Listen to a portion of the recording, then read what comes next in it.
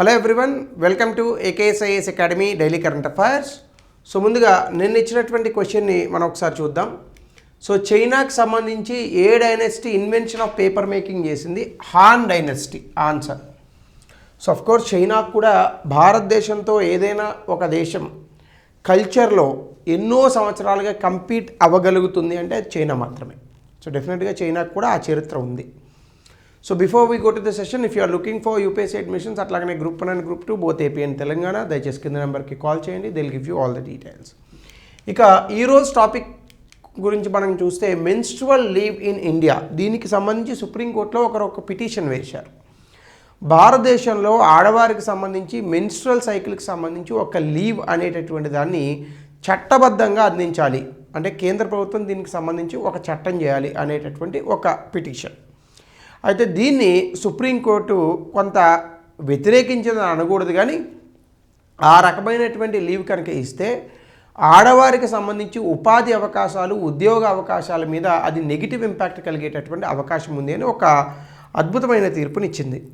ఎందుకంటే ఇక్కడ మనం కొన్నిసార్లు కొన్ని విషయాలను హక్కులుగా భావించేటప్పుడు అవి సొసైటీ తాలూకా అవగాహనలోంచి ఆ హక్కులు పుట్టాలి. అన్నిసార్లు కూడా అన్ని రకాల హక్కుల్ని మనం చట్టాలను చేయలేం. సో అన్ని రకాలుగాను చట్టాలు చేయాలని అనుకుంటే ఈ దేశంలో చాలా చట్టాలు ఉన్నాయి. ఇప్పటి వరకు అన్ని చట్టాలు కూడా బ్రహ్మాండంగా పనిచేయాలి, కానీ ఆ పర్టికులర్ మైలేజ్ మనకు లేదు కదా. సో దీనికి సంబంధించి మనం ఈరోజు సెషన్ చూద్దాం. అఫ్కోర్స్ కొంచెం సెన్సిటివ్ టాపిక్ కాబట్టి సో దీన్ని మనం కొంచెం బెటర్గా ప్రజెంట్ చేయడానికి ప్రయత్నిద్దాం. ముందుగా ఇది న్యూస్లో ఎందుకు వచ్చిందంటే సుప్రీంకోర్టులో ఒక పిటిషన్ వేశారు. దీనికి సంబంధించి సుప్రీంకోర్టు ఏం చెప్పిందంటే మెన్స్ట్రువల్ లీవ్ అనేటటువంటి దాన్ని పెయిడ్ లీవ్ చేయడం అనేటటువంటిది, అలాగనే కంపల్సరీ లీగల్ రైట్ చేయడం మీద సుప్రీంకోర్టు కొన్ని అభ్యంతరాలను వ్యక్తం చేసింది. అభ్యంతరాలు అనే కన్నా కొన్ని కన్సర్న్స్, భయాలను వ్యక్తం చేసింది అంటే కరెక్టేమో. ఎందుకంటే ఉమెన్ కెరీర్ మీద, వాళ్ళ ఉద్యోగ అవకాశాల మీద ఇది నెగిటివ్గా ఇంపాక్ట్ చేస్తుందని చెప్పింది. ఎందుకు అంటే ఈ పిటిషన్లో పిటిషనర్ అడిగినటువంటి విషయం ఏంటంటే మెటర్నిటీ లీవ్ అనేటటువంటి చట్టం మనకుంది. 1961లో ఆ చట్టాన్ని చేశాం. సో అందులో ఎక్కడా కూడా మెన్స్ట్రువల్ సైకిల్కి సంబంధించి ఆడవాళ్ళు ఇబ్బంది పడేటటువంటి క్రమంలో సెలవు ఇవ్వాలి అనేటటువంటి ప్రొవిజన్ ఎక్కడా లేదు. సో ఈ పిటిషనర్ దీనికి సంబంధించి దేశం అంతటా యూనిఫామ్గా ఒక జాతీయ విధానాన్ని తీసుకురావాలి అని చెప్పారు. అలాగనే ఇది right to dignity of life article 21లో భాగము కాబట్టి దీన్ని ఫండమెంటల్ రైట్ చేయాలి.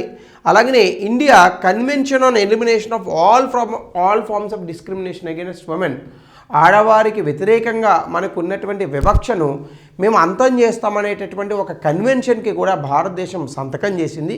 కాబట్టి ఈ పర్టికులర్ అంశంలో సమాజంలో మెన్స్ట్రువల్ సైకిల్ అని అనగానే మనకి ఒక సోషల్ ట్యాబు, అంటే సామాజికంగా అది ఒక అంటరాని పరమైనటువంటి ఒక అంశంగా మనం భావిస్తూ ఉంటాం. సాధారణంగా ప్రకృతిలో వచ్చినటువంటి ఏ అంశము కూడా అంటరానిది కాదు. అంటరాని అనేటటువంటిది ప్రకృతిలో వస్తే అసలు అది ఉండదు. ప్రకృతిలో అంటరానిది అనేటటువంటిది ఏదీ లేదు. అలాంటిది ఉంటే అసలు ప్రకృతి దాన్ని సృష్టించదు. కాబట్టి ఇట్స్ ఎ బయలాజికల్ థింగ్. ఆడవారికి మెన్స్ట్రువల్ సైకిల్ అనేటటువంటిది, పీరియడ్స్ అనేటటువంటివి ఇట్స్ ఎ బయలాజికల్ థింగ్. దాన్ని మనము బయలాజికల్గానే చూడాలి తప్ప సామాజికంగా దాన్ని ఒక సోషల్ ట్యాబు లాగా మనం క్రియేట్ చేయడం అనేటటువంటిది సమంజసం కాదు.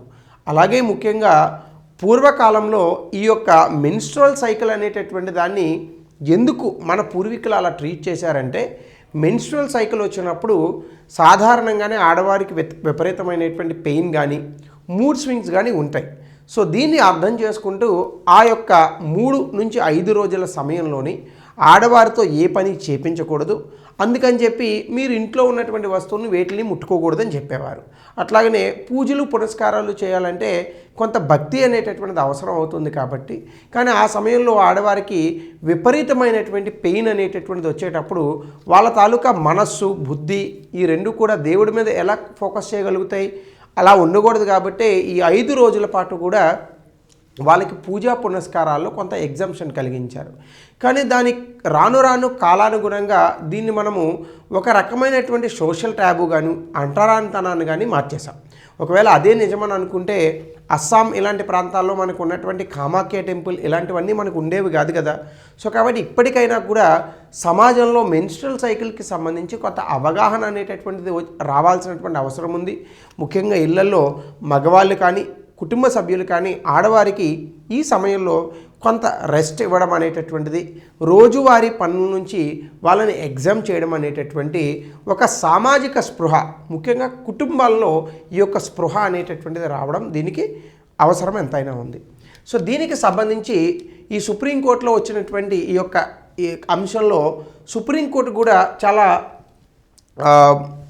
కొంత పరిపక్వతతో ఈ యొక్క కేసుని తీసుకుందని చెప్పాలి. ఈ యొక్క సోషల్ ట్యాబుని అంతం చేయాలి, అంతే తప్ప దీని చట్టాలను తీసుకొచ్చి ఇంకా సమాజంలో అవేర్నెస్ రానటువంటి చోట మనం ఆడవారి యొక్క అవకాశాలను దెబ్బతీసేటటువంటి విధంగా ఉండకూడదు అనేటటువంటి అంశాన్ని చెప్పింది. అయితే ముందుగా అసలు ఈ మెన్స్ట్రల్ సైకిల్ అంటే ఏంటంటే, first of all menstrual leave అంటే ఏంటంటే, ఇవి ఎంప్లాయీస్కి సంబంధించి అలాగనే స్టూడెంట్స్కి సంబంధించి వారు చదువుకునేటప్పుడు కానీ ఉద్యోగం చేసేటప్పుడు కానీ వాళ్ళకి ఒక విధానపరంగా వాళ్ళకి ఒక లీవ్ అనేటటువంటిది శాంక్షన్ చేయడం దీని యొక్క ముఖ్య ఉద్దేశం. సాధారణంగానే వాళ్ళకి డైమెనోరియా అనేటటువంటిది డిస్మెనోరియా అని కూడా అంటారు. సో ఈ డిస్మెనోరియా అనేటటువంటిది ఒకటి ఉంటుంది. అదేంటంటే సాధారణంగానే మెన్స్ట్రల్ సైకిల్ వచ్చినప్పుడు ఆడవారికి చాలా విపరీతమైనటువంటి పెయిన్ వస్తుంది. కొంతమందికి నడుము నొప్పులు, కొంతమందికి మరొక రకంగాను కొన్ని మూడ్ స్వింగ్స్ అనేటటువంటివి కూడా ఇబ్బందికరంగా ఉంటాయి. కానీ సాధారణంగా మనం చాలామంది దీని మీద కమెంట్స్ చేస్తూ ఉంటాం. కానీ ఈ పెయిన్ అనేటటువంటిది అనుభవపూర్వకంగా తెలుసుకున్న ఆడవారికే తెలుస్తుంది తప్ప దాన్ని ఒక రకంగా విశ్లేషణ చేసే మనలాంటి మగవాళ్లకు అది తెలియదు. ఈ యొక్క అంశాన్ని మనము కాస్త సెన్సిటివ్గా కనుక అర్థం చేసుకుంటే వాళ్ళకి సంబంధించిన ఈ బయోలాజికల్ ఇష్యూ అనేటటువంటి దాన్ని హ్యాండిల్ చేయడానికి సొసైటీకి కొంత అవగాహన అవసరం. అట్లానే ఈ లీవ్ అనేటటువంటి దాన్ని పెయిడ్ లీవ్ ఇవ్వాలి అంటే ఆ సమయంలో వాళ్ళు లీవ్ తీసుకున్న దానికి మనం శాలరీ పే చేయాలి, లేదా అన్పెయిడ్ ఇవ్వాలా అనేటటువంటివి కూడా కొన్ని ఉంటాయి. అలాగనే రెస్ట్ బ్రేక్స్ ఇవ్వాలి ముఖ్యంగా మెన్స్ట్రల్ సైకిల్లో. సో ఇది సాధారణంగా మెన్స్ట్రల్ లీవ్ అనేటటువంటి దానికి అంశం. అలాగనే కనుక మనం చూస్తే మెడికల్ అండ్ ప్రొడక్టివిటీలో కనుక మనం చూస్తే ఒక సర్వే ప్రకారం 50% మంది మెన్స్ట్రల్ సైకిల్ వచ్చినటువంటి ఉమెన్ మెన్స్ట్రల్ పెయిన్ అంటే దాదాపుగా 50% మంది ఈ యొక్క పెయిన్ని భరిస్తున్నారు. అలాగనే 15 నుంచి 25% మంది మోడరేట్ టు సివియర్ పెయిన్ని అనుభవిస్తున్నారు, ఎక్స్పీరియన్స్ చేస్తున్నారు. దీని కారణంగా వాళ్ళు పనిచేసేటటువంటి క్రమంలో వాళ్ళ యొక్క ప్రొడక్టివిటీ ఆ వర్క్ పైన ఉండేటటువంటి అవకాశం కూడా ఉంది, అంటే ప్రొడక్టివిటీ తగ్గేటటువంటి అవకాశం కూడా ఉంది. అయితే సుప్రీంకోర్టు దీనికి సంబంధించి ఏం చెప్పిందంటే మెన్స్ట్రల్ లీవ్ని కనుక మనం ఖచ్చితంగా ఒక చట్టం చేసి ఒక హక్కుగా కనుక మనం చేస్తే వర్క్ ప్లేసెస్లో ఆడవారి పైన వివక్ష వచ్చేటటువంటి అవకాశం ఉంది. పోనీ భారతదేశంలో మనం ఆల్రెడీ ఉమెన్ ఈక్వాలిటీ సాధించామా, ఆడవారికి మగవారితో సమానంగా ఉద్యోగ ఉపాధి అవకాశాలు, జీతభత్యాలు ఇవన్నీ ఇస్తున్నామని అనుకుంటే అలాంటిది లేదు అనేది మనందరికీ తెలుసు. కాబట్టి అలాంటి పరిస్థితుల్లో కనుక మనం కంపెనీలను ఒక రకమైనటువంటి చట్టం చేసి వాళ్ళని కనుక బైండ్ చేస్తే అసలు ఆడవారినే ఉద్యోగాల్లో పెట్టుకోలేనటువంటి పరిస్థితులు తలెత్తచ్చు. అట్లాగనే ఆడవారిని పెట్టుకుంటే ఇలా మనం ప్రతి నెల 3-4 లీవులు ఇవ్వాలి కాబట్టి అది కాస్ట్లీ వర్క్ ఫోర్స్ అవుతుందని చెప్పి వాళ్ళు అవాయిడ్ చేయొచ్చు. దీని కారణంగా ఆడవారికి లీడర్షిప్ రోల్స్లో వాళ్ళకి సంబంధించినటువంటి ఆ యొక్క పాత్రలు ఇవ్వలేకపోవచ్చు. అలాగనే promotions, key responsibilities management of the కంపెనీలో కానీ ఇంకా ఇతరత్ర చోట్ల ఇవ్వలేనటువంటి పరిస్థితులు రావచ్చు. అంటే సుప్రీంకోర్టు చెప్పినటువంటి అంశం ఏంటంటే మెన్స్ట్రల్ సైకిల్ లీవ్ అనేటటువంటి దాన్ని కనుక మనము ఒక చట్టబద్ధమైన హక్కుగా చేస్తే కంపల్సరీగా ఆడవారి ఉద్యోగ అవకాశాలకు వాళ్ళ యొక్క కెరీర్కి ఇది విఘాతం కలిగించే అవకాశం ఉంది.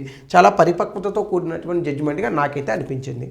అలాగే కోర్టు తాలూకా స్టాండ్ కూడా ఏం చెప్పిందంటే ఈ వాలంటరీ మెన్స్ట్రల్ సైకిల్ లీవ్ అనేటటువంటిది స్వచ్ఛందంగా రావాలి. అంటే కంపెనీలే వాళ్ళ యొక్క బాధను అర్థం చేసుకోవాలి.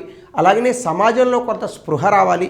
అంటే సాధారణంగా మీరు ఆలోచించండి, మెన్స్ట్రల్ సైకిల్ వచ్చినప్పుడు మన ఇళ్లలో ఎంతమంది ఆడవాళ్ళకి మనము లీవ్ ఇస్తున్నాం?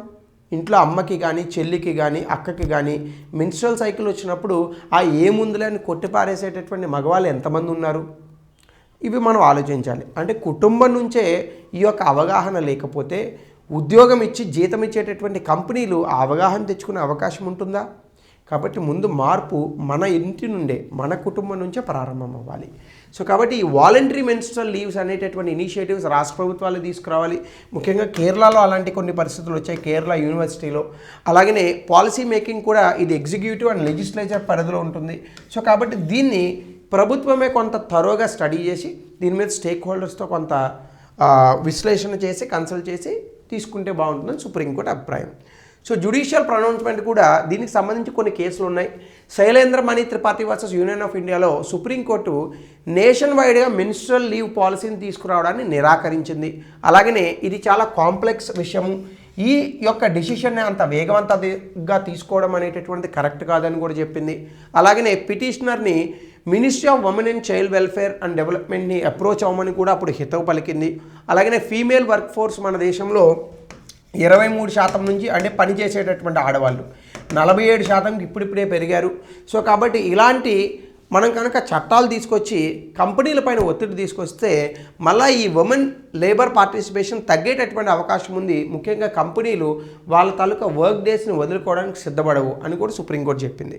కాబట్టి free sanitary products, flexible leave provisions ఇచ్చేటటువంటి ప్రయత్నం కనుక చేస్తే కొంత ఆడవారికి స్వాంతన వచ్చేటటువంటి అవకాశం ఉందని కూడా సుప్రీంకోర్టు ఈ కేసులో చెప్పింది. అలాగే ఇంకో కేసు ఉంది, Jaya Thakur versus government of India. ఇందులో కూడా supreme court menstrual health and hygiene ఆడవారికి సంబంధించి ఫండమెంటల్ రైట్ అండర్ ఆర్టికల్ 21ని పరిగణనలోకి తీసుకుంది.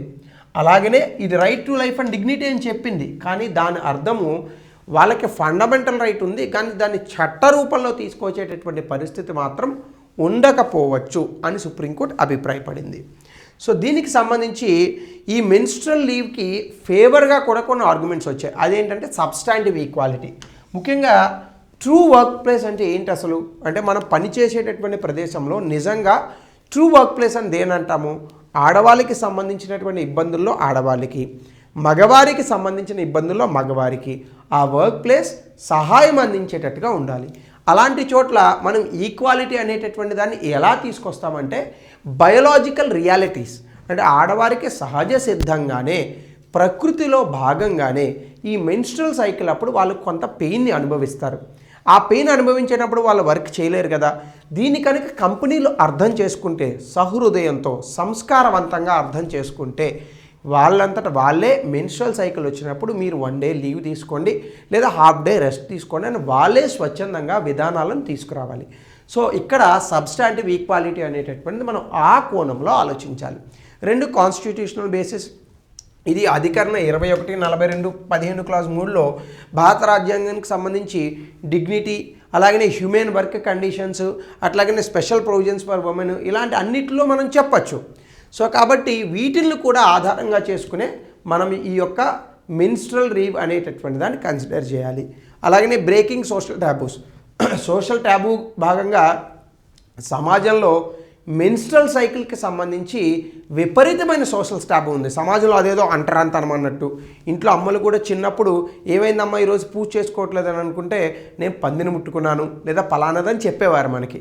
సో అంటే చాలా సున్నితమైనటువంటి ఇష్యూ ఇది కదా. ఈ సున్నితమైనటువంటి ఇష్యూ మీద సొసైటీకి మనం అవగాహన కల్పించాలి. ఇది మేజర్గా మనం గుర్తించాల్సినటువంటి అంశం. అలాగే ఇంప్రూవ్డ్ హెల్త్ అండ్ ప్రొడక్టివిటీ. ఇప్పుడు సివియర్ మెన్స్ట్రల్ పెయిన్ ఉందనుకోండి ఆడవారికి, వాళ్ళు పని చేయగలరా? చేయలేరు.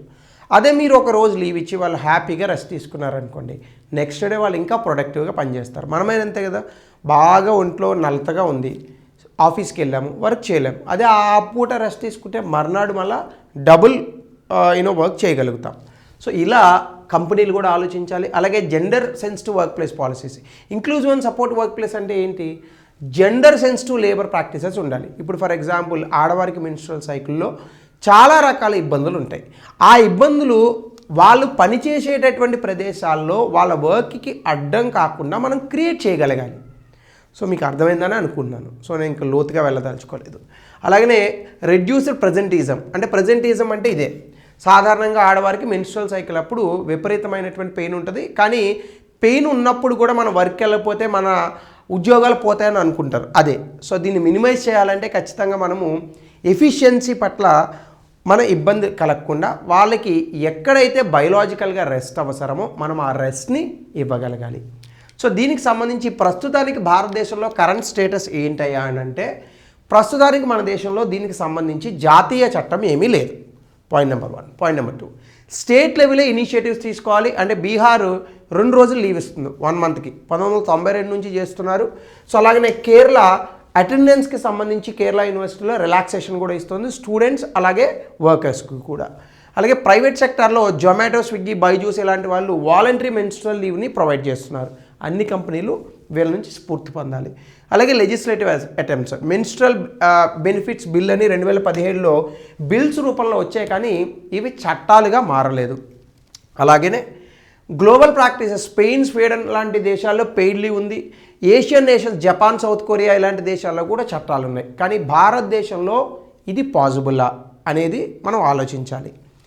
అలాగనే యూటిలైజేషన్లో కనుక మనం చూస్తే usage remains very low, especially 1% career repercussions వస్తాయని చాలామంది యూజ్ చేయట్లేదు. సో దీని మీద ప్రభుత్వము కంపెనీలు కలిసి ఒక అవగాహనను ప్రజల్లో తీసుకురావాలి. సో ఇది చాలా మెయిన్ ఇంపార్టెంట్ ఆస్పెక్ట్ అనమాట. సో ఈరోజు దీనికి సంబంధించి గతంలో ఇచ్చినటువంటి ప్రశ్న, గతంలో ఇవ్వలేదు, సారీ, నేనే ఇచ్చాను ఈ క్వశ్చన్, దీని ఆన్సర్ని తెలపండి. సో అలాగనే మెయిన్స్కి సంబంధించి ఒక క్వశ్చన్, ఇది గతంలో ఇచ్చారు, 200 పదాల్లో దీన్ని రాయండి. అలాగే ఈ టాపిక్ మీద మీ అభిప్రాయాలను కూడా కొంచెం సెన్సిటివ్గా పెట్టండి. So thank you, have a good day.